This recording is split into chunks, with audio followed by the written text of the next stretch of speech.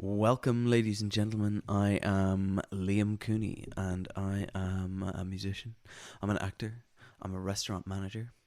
And I'm here today to talk to you about... No, I'm not. I'm not here to talk to you about anything. Okay, firstly, I have a cold. Well, it's not really a cold. It's just blocked sinuses. Maybe that is a cold. Is it a cold? I don't know.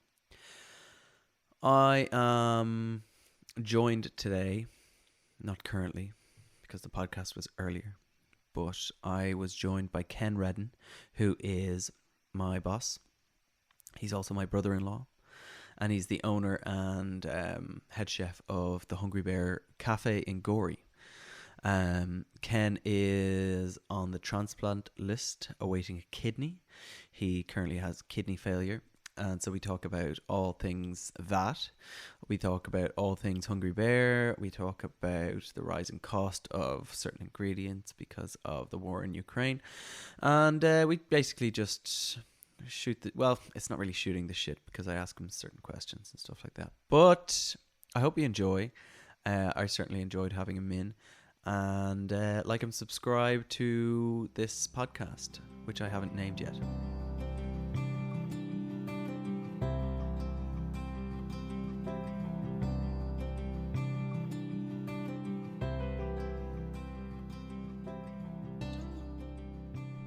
Sense. Now I can't see your eyes. We're already recording, so we can just jump into it, I suppose. This is my second podcast after we did one yesterday. I'm just going to have some tea. I'm sure the listeners really want to hear me slurping on some tea. Perfect temperature, although a little bit too long in the bag, if you know what I mean. Ken, how's your tea? I haven't tried it yet, but I'll try it now. It actually looks like he left his bag in too long, but we'll see. His own bag? Oh. No, it's actually grand. Okay. It's stronger than I'd make it, but, you know, Yeah. I'm easy enough going. Easy to please? Yeah. Would you ever... Have you ever lost the plot? Yeah. Because of something like tea, like No. something small? No. Do you think you ever will? No. You're very easygoing. Yeah. The only time I ever remember you not losing the plot, but you told us that there was no takeaway in... We were not to take any more takeaway orders, and I took a takeaway order, and you called me up, and you said, "I told you not to take any more takeaway orders." And so I And did we get past that? we got past it fairly rapid. Like, you didn't Yeah. take much, but Yeah. that's as far as it goes with you. Yeah, You it, say it what can you get need a to bit say. heated at times. You say what you need to say, and then it's forgotten about. Exactly. And I feel like I am quite like that as well, but some people expect me to go on about it. I'm like, it's done. It's done. So you're welcome to this first of hopefully many podcasts. I'm joined by Ken Reddin, who is the owner of the Hungry Bear Cafe in Gorey. I'm also related to Ken, so Unfortunately. I just thought I'd address that going forward. And I wanted to do a podcast with Ken to talk about basically his life and his successes and his different... I don't know, now he's making a vomit face towards me because I'm talking about bullshit. No, so Ken, thanks for coming in Thank to you. my studio. What Thank do you you. think of my studio? Yeah, it's cool. It's nice. Probably needs Yeah. a bit of work, but yeah. I'm disappointed I couldn't have a shower. Yeah, well, the shower's not. But sure, look, we can do that another day. We built the studio a long time ago, and the shower just never got around to it. And if you could keep your phone off, that'd be great. Thanks, Brian. We're also joined by Brian, who doesn't have a microphone. He's sitting in watching. So Ken, thanks for coming in. I suppose we'll start by just asking you about your school days. Jesus. Yeah. Did you enjoy school? No, and I was shit at school, and I hated school, and I was bullied in school, and I couldn't wait to get out of school. Do you have one of those big sob stories about No. being bullied? No, I just didn't like school. It wasn't for me. I was in the wrong school, probably. It was a school that was really into rugby, and I'm not the right size for rugby. And it was a school that was into getting people into college, and I wasn't. I was a more practical person as opposed to academic. So it didn't suit me. So I hated it. So I left in fifth year. Fifth year. Went and worked in a kitchen. And is that Blackrock College? No. Okay, I won't ask you any more questions about it. So you left in fifth year. What sort of a kitchen did you go and work in? While I was in school, I got a job as a kitchen porter at weekends in a Thai restaurant, and it was a really, really good Thai restaurant. It was like, I didn't know it at the time, but people said it was like one of the best Thai restaurants in the country. It was very authentic, and they used to fly stuff over from Thailand especially for it, and this is like good few years ago, so it was kind of unusual at the time. And so I worked there, and I had an interest in food. I was always asking questions and all that, and then they got me to do a few prep bits when I wasn't busy doing wash up, and then they needed a commis chef because one of the commis chefs left, and they asked me to do it. And Where was that, or where in Dublin was that? Monkstown. Monkstown. Is that still there? I think the building's still there, and there's still a restaurant there, but it's not. It's not the Thai. It's not. Yeah. Very good. And then did you stayed a chef until you were in your 30s? Is that right? So yeah, I went and I worked in because I had experience working with Asian food. When Wagamama's opened in Ireland, I went to work for them and train some of the chefs in how to use like Asian cooking and Asian woks and wok cookers, and I went to the UK to do that briefly. And yeah, I worked there for like, I don't know, a year or so, and discovered I really didn't like kind of mass produced. Yeah. Well, Wagamama's is good. It's just it's a bit of a factory. And was it a factory back then? Like, was it as big? Obviously, it's not as big as it is now. Did they have a lot of stores? It was very. There was no room for self-expression. Like, everything was photographed, so you had to reproduce, say, every dish to a measurement and a photograph, which I found very restrictive. Yeah. So while it was good for a while, it was a good experience. It was there was no creativity in it, and I've always wanted to be creative. Yeah. So I'm sure it was probably creative in the very, very beginning of it, and then it just became textbook. Yeah. So I think just to reduce wastage and wages and everything, it just became very kind of army like, you know, just in regimented. Even in the uniforms, like, depending on your position in the kitchen, you wore a different coloured hat. No way. Which was, yeah, so I wore a red hat because I was a sous chef, and the other chefs wore blue hats. So did you make fun of the blue hats all the time?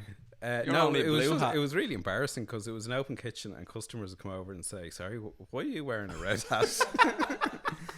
And then you'd have to go through the whole explaining that you're a sous chef, and then it was just like, oh yeah, whatever, I'm not interested. Yeah. And then so you left Wagamama then to go to another restaurant. I'm not going to go through every single place that you worked, but so, well, it won't take long because I haven't worked in loads of places. Okay. So I went to work in a Michelin star restaurant, which I did for, I can't remember, just not long at all, because I hated it. There was a lot of drugs, there was a lot of alcohol, and there was a lot of egos, and I couldn't understand these lads were able to come into work at 9 a.m. and just be full of beans after going home at 11:30 the night before. And then I kind of, out of naive, I was quite naive, I didn't realise there was a lot of drugs in the place. But I don't know how common that is in Michelin star kitchens, but it, like, drugs and alcohol is very common in hospitality anyway. But I didn't like that atmosphere, so I left that, and I went to work in kind of a nice neighbourhood restaurant. And they were all doing drugs. And there was no drugs. And yeah, I worked there for a few years, and yeah, I kind of worked in places like neighbourhood, good quality food. Yeah. And then after, say, you into your 30s or later 30s, you got out of chefing altogether? Yeah, I think I went during the recession. I went back to college and I did a degree because I had never done a degree, and I thought we had our first child, and I kind of wanted to be able to say to them if they wanted to go to college that, you know, you can do it. I did it. Anyone can do it, type of thing. And so, not that I wanted to learn much. I just wanted to see what it was like to have a degree. And What is it like? yeah, it's so overrated. It's just Genuinely. I thought I'd come away from college after 4 years of, study assignments and all that, and I'd have a lot of knowledge, but you don't really. You kind of, I think you gain a lot more knowledge in a year's work than 4 years in college, but you have to go through college to learn that. Yeah. But yeah, it was good to do it. It was good to get the exams at the end and all that, and it's an achievement, I suppose. But it was more just so I could say to the kids, look, anyone can do it. I did it. So yeah. So you had your own restaurant before. Yeah, I had a small restaurant in Wicklow for a few years, with Louise, my wife, and I did the kitchen and she did the front of house, and yeah, it was really good. It was a bit on the small side and it was a bit out of the way. So when the recession kind of went a bit deeper, it was busy at the weekend still, but midweek was pretty bleak. So we decided to close that, and then out of complete madness do something new because Louise was in college and we wanted more time. So, and restaurants are very time consuming, so we opened a gallery In Enniskerry. Okay. And where did that come from? How did you? So I have a friend who is a artist, Owen O'Connor, and I kind of took advice off him on everything, and I was selling a lot of his work. And I discovered I really don't like working in retail. Oh, from that experience? Yeah. Why? I just don't really like to have to talk to people. I don't mind talking to people out of choice, but I don't like to have to talk to people. Yeah. And it's one of those jobs where you have to talk to people because they could be spending a couple of thousand, or they could be spending 20 quid,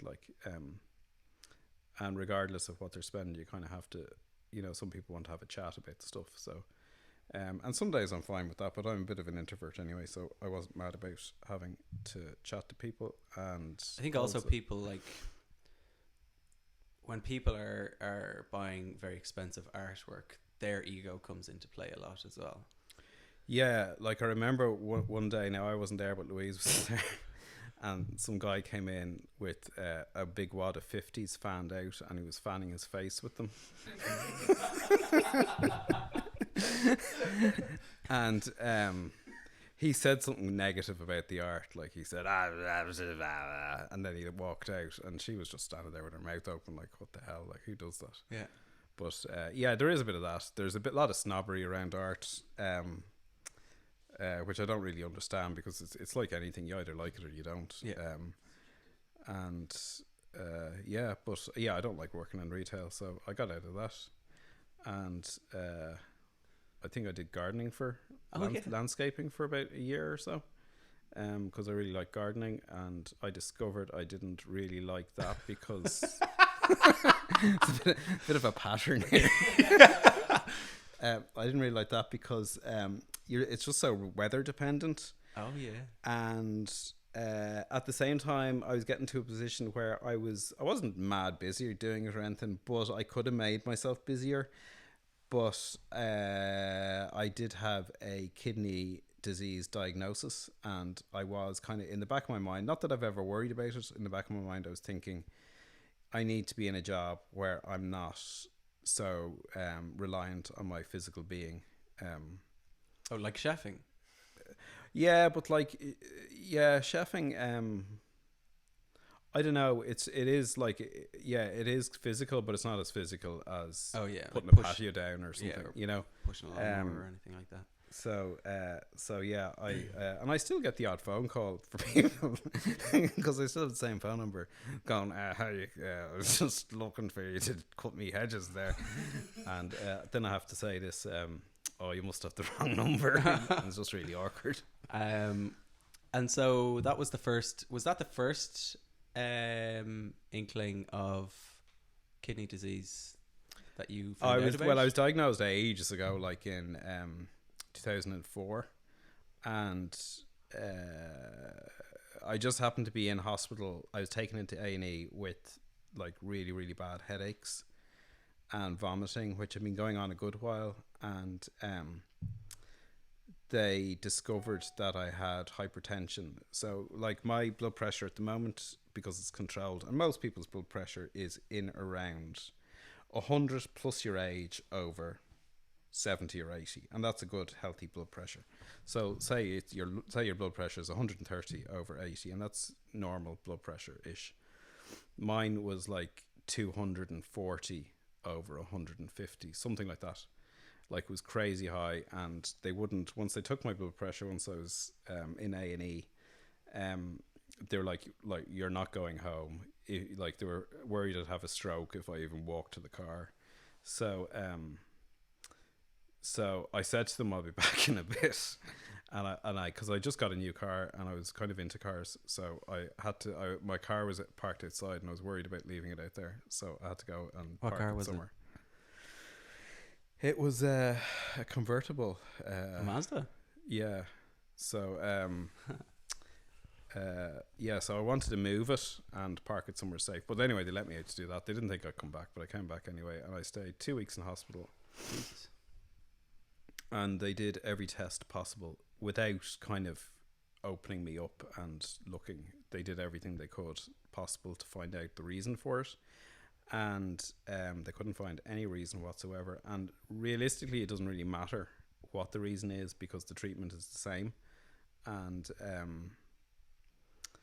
so hypertension gave me scarring on my kidneys, and my kidneys have deteriorated over the years to the point where they have failed. And I think I had COVID in 2019, before it was like a big thing. Before it was cool. Before it was kind of when we knew it was in Asia, but we didn't know it was in Ireland. Yeah. And I was really sick at Christmas, to the point where, like, I never stay out of work, but I stayed out of work for a day. And Louise had it as well, and she was phoning me to come upstairs to help her take off her shoes. Like, we were just like really banjaxed with this flu, and we just thought it was a bad flu, but in hindsight it was probably COVID. And I think around that time my kidneys, now, like, everyone's kidneys or heart or whatever organs can take a bit of a bash from a bad from COVID or whatever they say. So I had pretty low function anyway. I think it was about 20% back then, and then after I got COVID, I dropped down to about 15 or 16%. And that's when you start. That's when you go on the list, isn't it? So you go to a different clinic. I was going to a clinic, a renal clinic anyway, and then you're moved to what's called a low clearance clinic, which means your body isn't clearing enough toxins. So they just keep a closer eye on you. And then once you drop further, they start to talk about what you need to do around dialysis. So you can go, there's kind of 3 routes for dialysis.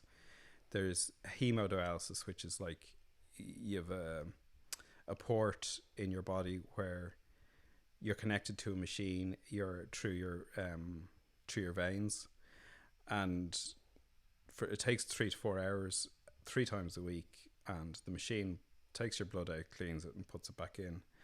And it's kind of invasive on your body. I think it's hard on your body. Your blood pressure can drop. It's hard on your arteries. There's lots of things. The other thing is peritoneal dialysis, and there's 2 types. There's manuals and there's a machine. Manuals is when you do, like, I think it's 4 exchanges a day, so you're filling your peritoneal membrane which is in your tummy 4 times a day with glucose, and the glucose pulls out toxins and fluid, and then you drain that, and you do that 4 times a day.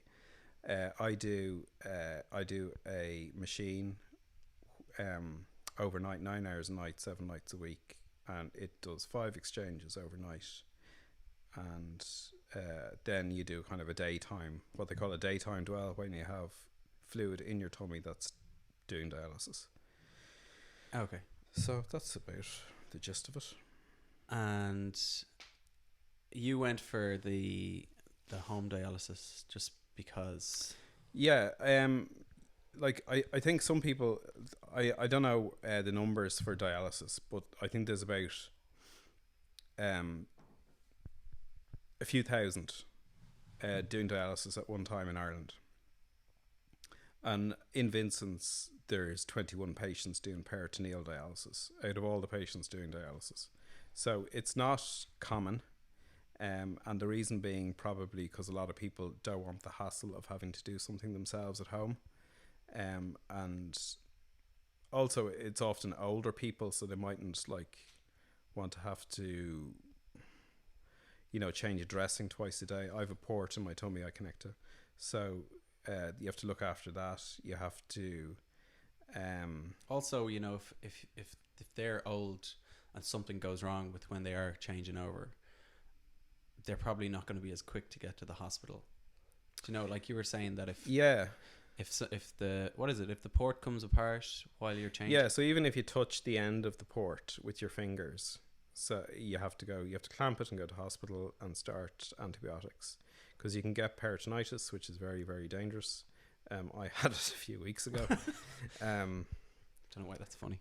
And while I was lucky, I caught it very early, and in Vincent's, they're brilliant. I went straight to A&E. They started me on IP antibiotics and oral antibiotics, and I was grand after a week, really. But like when it happened at first, I was quite sick. Yeah, it can be very dangerous. The other thing is the amount, like I get a pallet delivered every 2 weeks of dialysis equipment, so it's like fluid. A lot of it's fluid, and everything's single use. So I use 12 litres of glucose a night, and that weighs 12 kilos. So if you're an elderly person, you have to lug 12 kilos into your bedroom every night. Now I'm sure the Baxter delivery guys would help elderly people bring the stuff into their house and stuff, but there's a lot of work in it between recycling clinical waste and setting up every night. And then with dialysis and work, how do you get on with that? Or like, because it's obviously not the easiest thing in the world to be doing dialysis, have kidney failure, and be working almost full time. Yeah, it's not the easiest thing, but it's definitely not the hardest. Like, if somebody told me you have to do it for the rest of your life, I wouldn't be overjoyed, but at the same time, I wouldn't be like, there's way worse things you could have. And while I'm doing okay on it at the moment, I don't know if that'll change or not. I think generally you deteriorate slightly on it. Your function goes down. Your kidney, like your residual kidney function, will reduce further. So, what was your question? Just acknowledging the fact, basically, that it's not the worst thing. Like like I definitely don't have the energy I used to have, where I used to be very, very active, and that is definitely hasn't gone against me in terms of I'm still quite fit. But like I wouldn't be doing what I used to cycle 5 or 6 days a week. I used to run 3 times a week. I used to do spinning 3 times a week and Pilates 3 times a week. Pilates? Yeah. I didn't know that about you. Yeah. Yeah. So just to meet all the yeah, it was me in a room full of women basically. Very good. But I used to do all that, and now I don't do any of that. So did you have kidney failure, or did you have low kidney function when you started Hungry Bear?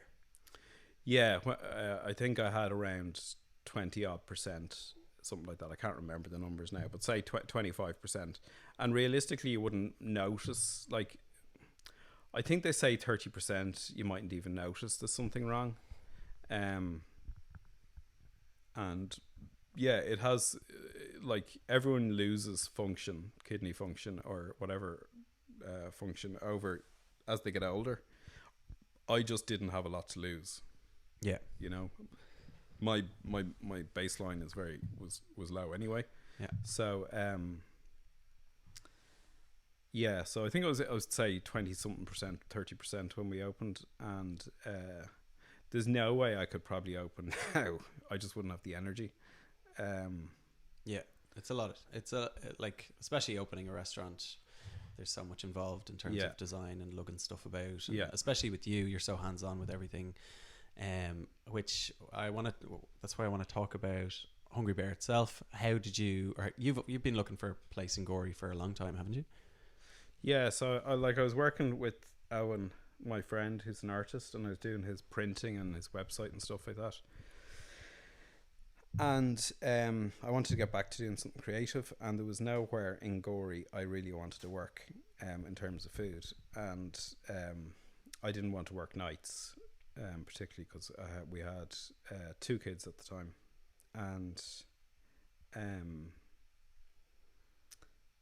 yeah, and I didn't want to commute to Dublin, so yeah, we decided to. I know that sounds silly, but we decided to open a restaurant instead.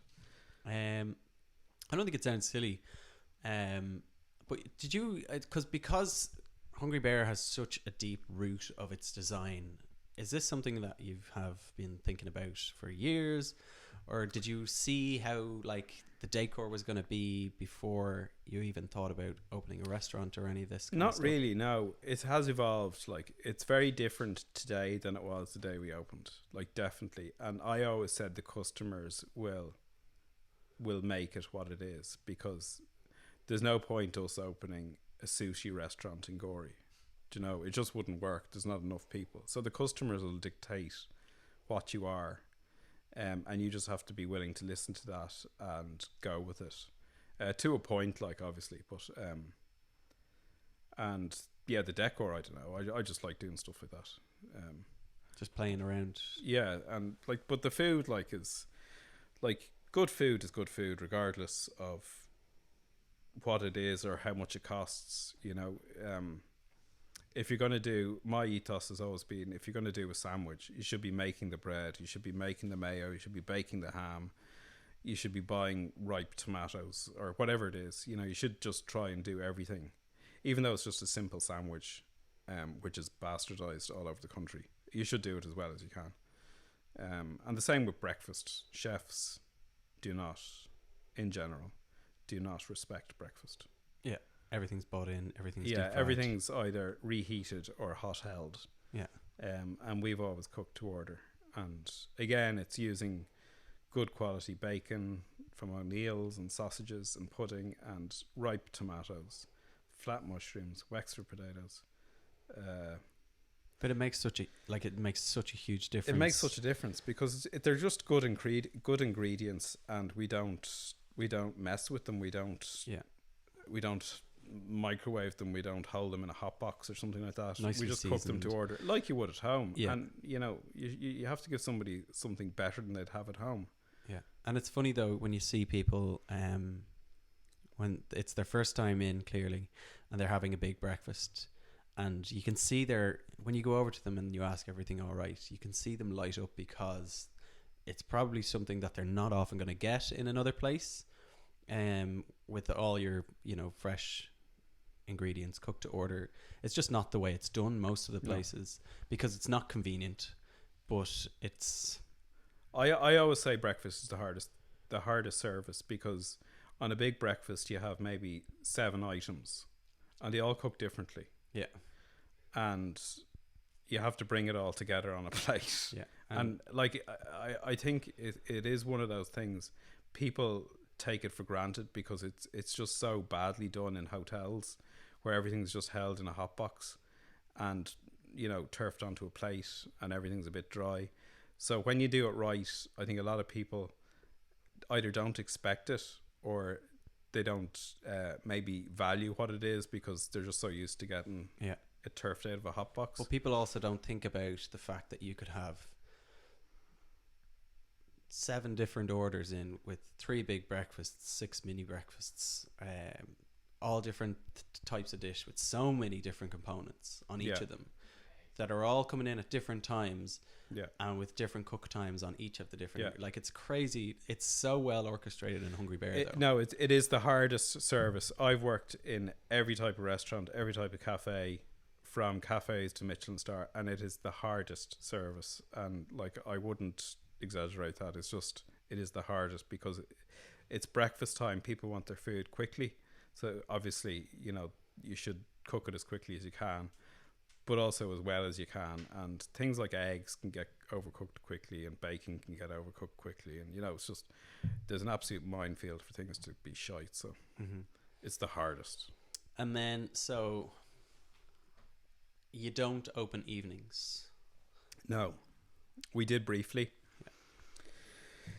But I didn't like it because I missed the family, Louise and the kids, and so we stopped doing it. But you like cooking that kind of food. I love evening dining restaurants, but I just missed the kids and Louise too much in the evenings because that's the only time I'd see them then. But I love evening dining, and maybe in the future.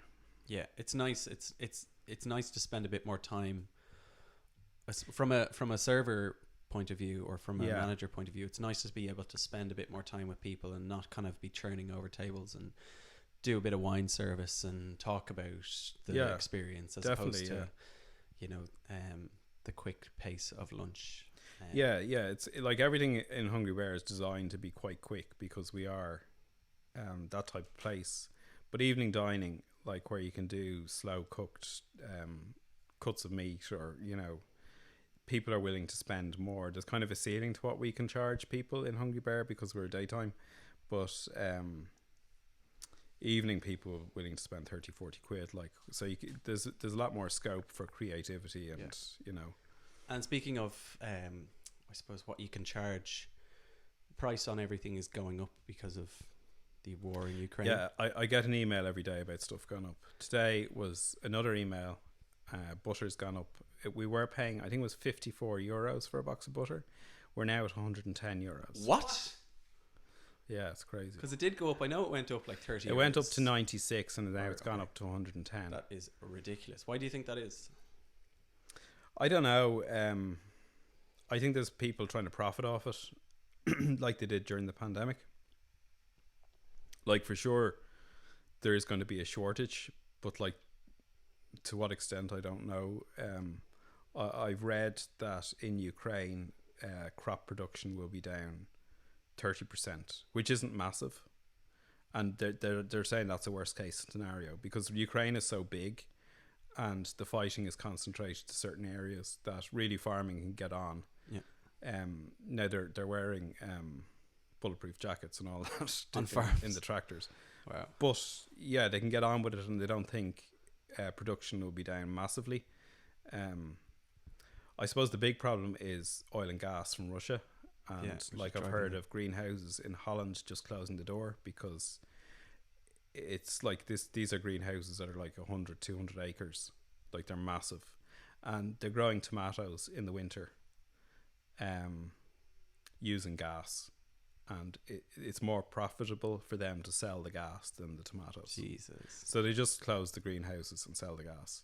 That's insane. So, and then there was a truck driver strike in Spain, and tomatoes went from, I think I was paying 14, and it went up to €28 a box. That's insane. So like, things have been going up and down like that for the last couple of months. But the trouble with that is, you know, whether things are going up and you're selling, say, a big breakfast for $11.95 plus your tea and coffee, you can't really charge more for that, even if things are going up. You can't. Like, it's You're really right, hard to. There's a ceiling. There's a mental ceiling people are willing to pay for something. Yeah, regardless of how well it tastes. Be it a sandwich or, you know, a soup or a breakfast. Kind of a, you know, if you think of a pizza or something, there's so much people are willing to pay people pay anything for fish or steak or anything because they think it's expensive. But yeah, there is a ceiling, and that's why we've in Hungry Bear we've had to stop people from what's the word, substituting things on breakfast, because avocados are gone through the roof as well. If someone's swapping a egg for an avocado, Yes. it might sound simple, but it's like avocados are $2 something each at the moment. Yeah, it does make sense. So yeah, everything has gone a bit mad. It's very hard to. It's just squashed your margin completely. Do you think it'll come back? No, Really? no, not for the moment anyway. Yeah. Like there's always jumps. There's always jumps and troughs or whatever it's called in food. But I haven't seen it this volatile ever. Mm-hmm. And it's just because of coming out of COVID straight into a major European war. So Yeah, it's a fun time to be alive. And then so you've just moved house and you've got a little dog. Tell us about Bruno. Just because we didn't have enough on our plate, so we decided to move house. And thankfully I didn't have to do. I'm not supposed to lift anything because of dialysis, so luckily our friends and family lifted everything, Liam being one of them. Well, no, he did feck all really. Yeah. Yeah, and then we got a puppy there because the kids have been looking for a puppy, and we always said we get them a puppy when we moved house because we used to have a smallish garden and now we have a big garden. So yeah, we got a Bruno. A rescue lurcher, which apparently is the most common breed in Ireland and the most rescued breed in Ireland. they have a lovely temperament. He's got a lovely temperament. They're such gorgeous dogs. Like they need to go for a sprint a couple of times a day, but the rest of the time they just really want to sleep and lounge and sit on your lap, and they're just gorgeous dogs. They make the best family pet. Yeah, I agree. There was a lurcher that used to come into Hungry Bear, not by itself. No, it wasn't coming in for a flat white or anything. But Okay. his owner would come in and just so nice. It's like they've got arms. Now Bruno is quite small, so it'll take a few years for his arms to, or a few months for his arms to come in. Yeah, but they're so. when he does jump up on you, like he's almost giving you a hug. Yeah, they're so goofy. Like they don't know what to do with their long legs. That when they lie down, they find it hard to get comfortable, and they generally apparently drag cushions around with them because they're so skinny. They get uncomfortable sitting on the ground. So no, they're fab dogs. They're just so friendly, and yeah, we're very lucky with them. Cool, Bill. Well, look, I think that's everything that I have to ask or to say. Thank you so much for having the chat. Thank you very much, Liam. Hope the tea was okay. Brian made Yeah, it. it was grand. Actually, let's get into the tea. When you say grand, how could it have been better? It could have been a little bit weaker, Okay. and I think the spoon of sugar was probably a heaped spoon of sugar. Oh, yeah. Well, that Brian's confirming that now. So yeah, just poor measurement, really. I suppose we can work on it, and if we're ever, I don't know if he has it in him. Yeah. Tea is a very personal thing. It is. Yeah. Of course, God love Brian. In Hungry you know. Bear, we've got the worst tea based on one customer. Yeah, apparently it's not even tea. It's not even tea. Yeah. What brand? It's Lions. Yeah. But it's not even tea. But sure, look, I think we'll leave it there. Thanks for listening, if you are listening, and hopefully I'll have a few more chats with a few more interesting and important people. Have a nice evening. Bye. Bye.